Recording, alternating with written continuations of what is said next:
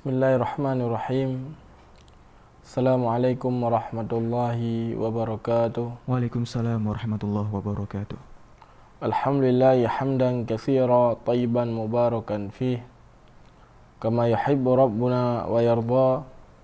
Asyhadu an la ilaha illallah wahdahu la syarikalah wa asyhadu anna Muhammadan abduhu wa rasuluh sallallahu alaihi wa ala alihi wa sahbihi wa sallam. Ayyuhal ikhwatal kiram, rahimani wa rahimakumullahu jami'an.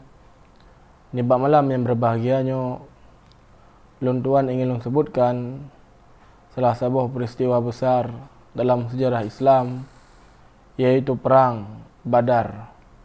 Perang antara kaum muslimin dengan orang-orang kafir Quraisy pada saatnya.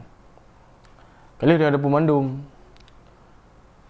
Sebelum Nabi SAW hijrah Madinah, Nabi SAW dan para sahabat betul-betul diganggu oleh kaum musyrikin, dihimpit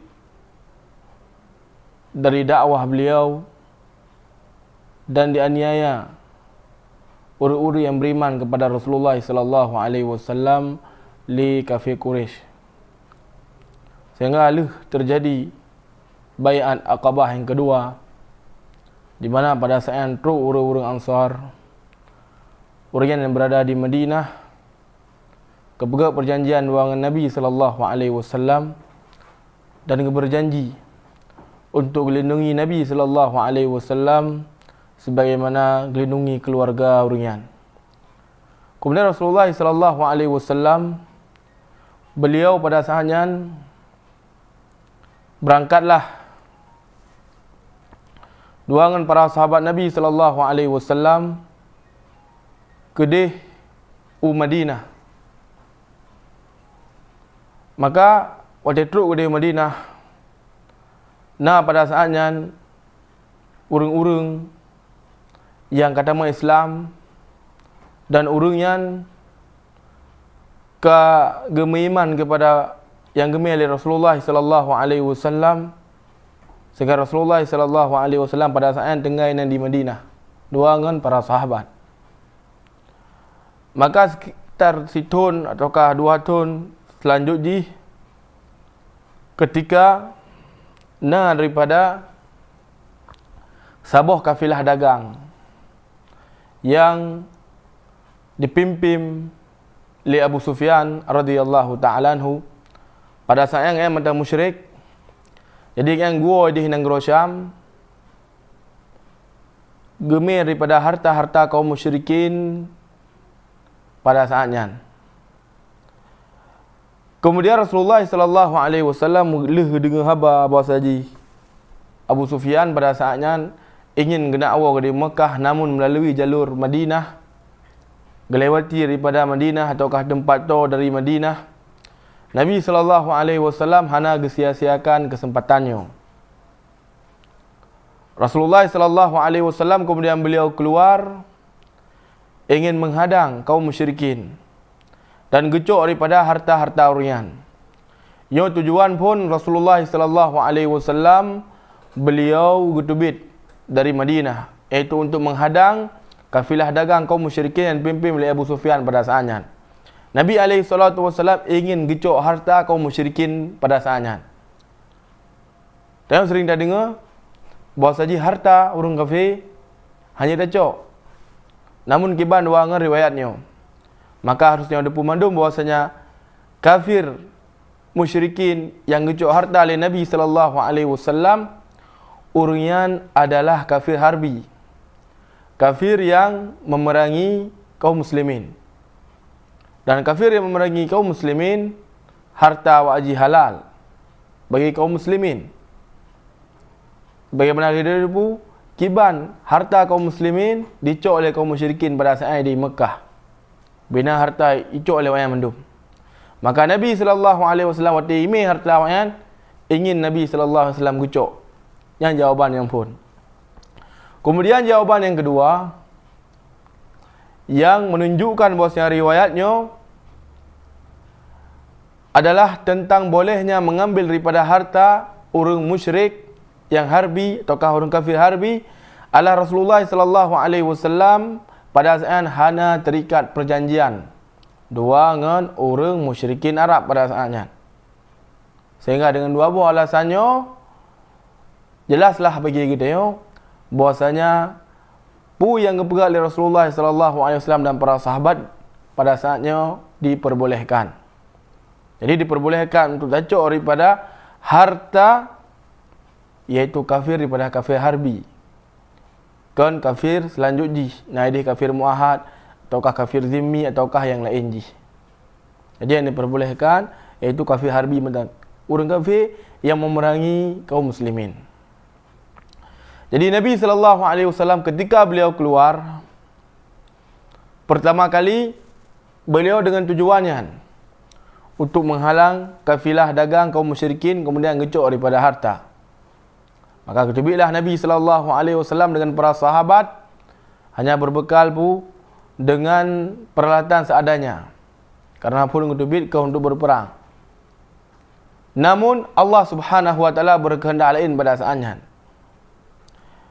Abu Sufyan yang memimpin kafilah dagang yang pada saatnya, beliau kirim surat ke Mekah tentang khabar bahawasanya kaum muslimin ingin dia serangan. Maka kaum musyrikin pun ketika didengar khabar dari Abu Sufyan radhiyallahu taala anhu, OMP berangkat mandum pada saat yang berjumlah sekitar 1000 euro.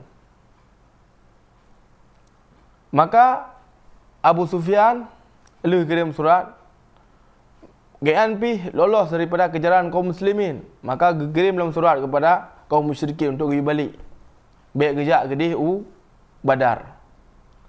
Maka kaum musyrikin pun dengan sombong, awak haji berangkat, bahkan dipegah bahawa saji tayo akan tajak ke dia daerah Badar, kemudian akan dasi unta dia, tajib arak dia, kemudian dah dengar nyanyian-nyanyian sehingga manusia depu bahawa saji tayo orang hebat dan orang Arab ia kepada dia. Nyo disebutkan oleh pemimpin-pemimpin kaum musyrikin pada saatnya. Kemudian awak haji tetap berangkat. Kemudian kaum muslimin pun berangkat.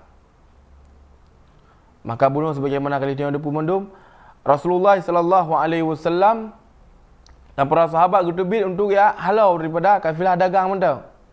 Namun tanpa disadari bahwasanya ketentuan Allah Subhanahu wa taala kehendak lain. Kehendak Allah bahwasanya yang urian dapati kan kafilah dagang. Namun pasukan yang siap untuk berperang. Dan ia menunjukkan sebuah permasalahan yang penting bagi kita bahwasanya kehendak orang malim nya hanya mengubah ketentuan Allah Subhanahu wa taala. Nya Allah Azza wa Jalla ketok lagi maka hana kena ubah. Meskipun nya adalah ketentuan orang malim ataukah ketentuan tungku hebat dan semisal ji. Nya Rasulullah sallallahu alaihi wasallam dan para sahabat. Orang yang ingin pun untuk menghalau kafilah dagang mentang, namun Allah Azza wa Jalla berkehendak lain sehingga yang dapati adalah orang yang siap berperang. Kemudian ayyuhal ikhwatal kiram rahimani wa rahimakumullahu jami'an. Rasulullah sallallahu alaihi wasallam sebagaimana dari depu mandum bahawa saji waktu berangkat ke Badar yang sekitar leher tu leher belah orang. Sebagian para ulama disebutkan leher tu 17 orang. Dan leher tu leher belahnya kan daripada sabuk angka keramat sebagaimana diyakini oleh sebagian orang bahawa saji terkadang ibuh lambang-lambang tertentu leher saleh tidak ada yang kepu tujuan ji berah bahawa sajinya adalah jumlah kaum muslimin di perang Badar. Makanya hana berkaitan pi sama sekali membecut. Nyo adalah khurafat yang hanya bagi dia dan percaya. Jadi sebagian para ulama nak berah leher tu leher belah, sebagian ke berah nak leher tu 17. Jadi angka-angka lainnya hana payah hari dia anggap dia bahawasanya angka keberuntungan dan semisal ji. Nyo adalah perkara yang tidak diperbolehkan dalam Islam. Rasulullah sallallahu alaihi wasallam kemudian berangkat. Sampai duduk di sebuah tempat. Kemudian kaum musyrikin pun wajika toto pada saat orang kaum muslimin. Rasulullah sallallahu alaihi wasallam yakin bahwasanya yang naik ke ganyannya kan kafilah dagang. Namun pasukan siap perang. dan jumlah awak haji lebih hela. Lihat kali lipat lebih hela kaum musyrikin pada saatnya. Maka inanlah Rasulullah sallallahu alaihi wasallam dengan para sahabat gemupakat. Nabi ingin kekalian kiban pendapat para sahabat pada saatnya. Dari pihak Muhajirin yang pada saatnya Abu Bakar dan Umar yang menjadi daripada pemimpin-pemimpin murian, kekhania Rasulullah berangkat. Kemudian Rasulullah sallallahu alaihi wasallam gedayang dalam orang Ansar. Orang yang jak benar dengan Nabi alaihi salatu wasallam. Dan pimpinan-pimpinan Ansar pi sama, gepegah ya Rasulullah berangkat. Sehingga ka berhadapan pasukan kaum musyrikin dengan pasukan muslim pada saatnya. Maka kaum muslimin pun hanjut le mundur.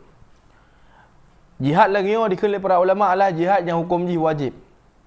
Para ulama sebutkan bahawa saja jihad ada yang fardu kifayah, kemudian ada yang fardu ain. Kiban sampai fardu ain disebutkan oleh para ulama bahawa saja fardu ain yang pertama ketika diperintahkan oleh penguasa. Kalau penguasa ajak perang, maka payah perang ni. Kemudian yang kedua, daripada musuh orang-orang kafir ingin nak serang daripada negara muslim. Lagi terjadi zaman bak masa nek-nek dia teruk Belanda kena teruk Jepang ia acok daripada negara dia. Maka dalam keadaan lagi nyan jihad je ke fardu ain. Kemudian yang kelih ketika kaum muslimin dengan orang-orang kafir yang akan saling berhadapan pasukan ji, maka lagi keadaan hanya leplung. Wajib bagi kita untuk tak berjihad. Kemudian yang keempat adalah ketika ada orang yang paling mubhum tentang senjata baru mesti ataukah yang mungkin akan membantu berat-berat kaum muslimin mubhum tentang teknologi terkini dan senjata-senjata perang, maka orang lagi yang rupa pi wajib bagi untuk orang perang. Tujuannya pun untuk kemungkinan menang kaum muslimin dikarenakan urung-urung yang lagi yang rupa. Dan kali dia ada pemandum nyampi hana nyan kecuali daripada kehendak Allah Subhanahu wa taala. Menang dia mesti cara dak bidang perang, kadang apabila Allah Azza wa Jalla takdirkan lain, maka nya dapat orang gugat. Jadi yang ingin dia sebutkan saya, pasti telah sabuh daripada hukum jihad menjadi fardu ain adalah ketika telah berhadapan antara kaum muslimin dengan orang-orang kafir. Maka Rasulullah sallallahu alaihi wasallam yang betul-betul yakin perasaannya dan para sahabat pi kasih siap dengan peralatan seadanya. Adapun kaum musyrikin haji lengkap ini. Ini pida, ini perisai dan semisal ji. Tujuannya memang untuk berperang. Maka Nabi alaihi salatu wasallam pun gatur daripada barisan kaum muslimin pada saatnya. Nabi alaihi salatu wasallam gejak bak sebuah wilayah yangnya merupakan tempat terjadi peperangan. Kemudian Rasulullah sallallahu alaihi wasallam berpegang tempat meninggal si fulan, yang tempat meninggal si fulan, yang tempat meninggal si fulan. Maka keesokan hari ji waktu terjadi perang, part yang berpegang oleh Nabi sallallahu alaihi wasallam nyan mandum betul. Si fulan yang mati, si fulan yang mati mandum betul yang berpegang oleh Rasulullah sallallahu alaihi wasallam. Yang merupakan wahyu yang turun dari Allah Subhanahu wa taala. Kemudian sebelum terjadi perang di malam Roh, Nabi SAW beliau berdoa kepada Allah Azza wa Jal agar Allah Subhanahu wa taala memenangkan kaum muslimin. Adapun para sahabat urian pada saatnya akan dengar Allah Azza wa Jal beri ketenangan kepada urian. Adapun kaum musyrikin wajib kamli susah. Sehingga keesokan hari ji uro yang dinanti-nanti. Itu kejadiannya terjadi bak tahun kedua Hijriah bak bulan Ramadan. Maka waktu terjadi perang Badar pun pada saatnya kaum muslimin pun kasiap, awak kaum musyrikin pun kasiap. Sebelum terjadi perang antara dua pasukan yang besarnya, maka terjadilah perang tanding antara siro muslim dua orang kafir. Jadi nalah siro dari kalangan kaum musyrikin yang jibruk dah orang kasar lom. Itu daripada barisan kaum musyrikin kemudian ditantang kaum muslimin. Maka debitlah dari kalangan kaum muslimin yang bernama Hamzah, paman Nabi sallallahu alaihi wasallam. Kemudian Hamzah radhiyallahu taala anhu pun beliau berduel dengan musyrikinnya sehingga getak tu dan putus daripada gaki orang musyriknya. Maka orang musyriknya iji terus untuk merangkak menuju kulam. Nah kulam lah boinan, ia grup dalam kulam kan. Namun truk Hamzah kemudian ketebah sekata dan mati daripada kaum musyrikinnya. Kemudian itu bilam lehero kaum musyrikin dannya orang-orang yang hebatlah punya bahasa tanya dari keturunan. Orang yang terhormatlah dari sebuah keluarga bernama Syaibah bin Rabi'ah, Utbah bin Rabi'ah dan Al-Walid ibn Utbah, anak daripada Utbah ibn Rabi'ah bunuh. Jadi lehero ayo keluar ditantang kaum muslimin lah. Maka itu bilah lehero dari kalangan Ansar. Namun kaum musyrikin ditolak. Kamu hamutim untuk berduel dengan wayan. Maka kami ni orang-orang yang muhajirin, orang-orang yang naik Mekah berokon untuk duel dengan kamu. Maka berangkatlah Ali berdasarkan Hamzah dan Ubaidah ibn Haris. Ali dan Hamzah mudah taklukkan daripada dua orang bunuh. Maka Ubaidah ibn Haris dan anak yang Al-Walid ibn Utbah terjadi pertempuran yang sangat-sangat dahsyat sehingga mendua terluka.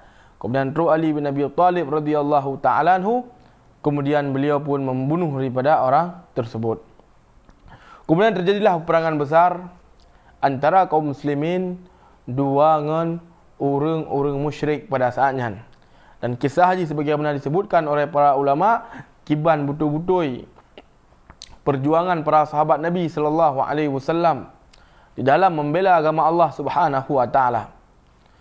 Dan orang yang betul-betul memang hati ikhlas kepada Allah Subhanahu wa taala. Kon kamu perang dikarenakan ingin dipuja oleh manusia ataukah kon karena harta dan semisalnya memang ikhlas kepada Allah Subhanahu wa taala. Sehingga akhir peperangan Allah Azza wa Jalla menangkan kaum muslimin. Allah Subhanahu wa taala memberikan kepada kaum muslimin kemenangan yang luar biasa pada saatnya. Sehingga urung-urung kafir yang berokon sombong, congkak, pimpinan-pimpinan haji sekitar 70 orang mati pada saat di perang Badar. Kemudian ditangkaplah oleh kaum muslimin sekitar 70 orang. Kemudian kaum muslimin pada saat yang diwo dalam keadaan urungnya menang dan kaum muslimin diwo dalam keadaan urungnya mulia. Karena apa jud? Karena gebela agama Allah Subhanahu wa taala. Sehingga ya ikhwatal kiram rahimani wa rahimakumullahu jami'an, kisah perang Badarnya merupakan penggugah jiwa bagi kita yang mendum. Sehingga ada pula kiban dagalan perjuangan para sahabat Nabi sallallahu alaihi wasallam di dalam yang gebela agama Islam. Kemudian dagalan dalam kiban pengorbanan urian dengan harta, kemudian dengan nyawa urian di dalam meninggikan kalimat Allah Subhanahu wa taala, sehingga urang-urang lagi yang rupa hendaknya seorang muslim untuk menghormati. Kemudian beliau dah baca lagi sehingga ada yang mufhum kiban hakikat daripada agama bagi seorang muslim. Seorang muslim, perkara agama bagi orang yang merupakan perkara yang sangat-sangat penting. Jadi agama yang baik dia jadikan sebagai ajang untuk mendapatkan harta, atau agama yang dijadikan sebagai ajang untuk lelucon dan semisal jih. Para sahabat Rasulullah sallallahu alaihi wasallam barakon urian dari bela Islam, ulian dari bela agama Allah Subhanahu wa taala dengan darah dan dengan harta-harta urian. Sehingga ilmu khatal kiram rahimani wa rahimakumullahu jami'an, nyan mentang yang kita sampaikan di malam yang berbahagianya karena waktu pikat telah becut. Insya-Allah taala di pertemuan yang akan datang akan dicok pada buah pelajaran yang berhubungan dengan kisah perang Badar.